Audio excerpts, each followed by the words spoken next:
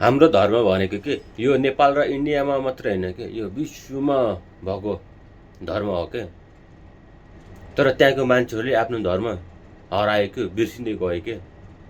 जसरी Russia most powerful होइन country के, त्यहाँ अहिले अर्थोडक्स क्रिस्चियन होइन सबै कन्भर्ट भयो के।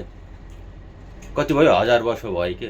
त्यो पनि पहिला उनीहरूको के धर्म थियो त, उनीहरूको आफ्नै धर्म थियो के, सेलाबिक प्यागन भन्ने धर्म के। त्यो धर्मको देवी देवता भनिएको हो त अग्नि, इन्द्र, वायु होइन, जल, त्यो देवता के। त्यो देवता हाम्रोमा नि छ।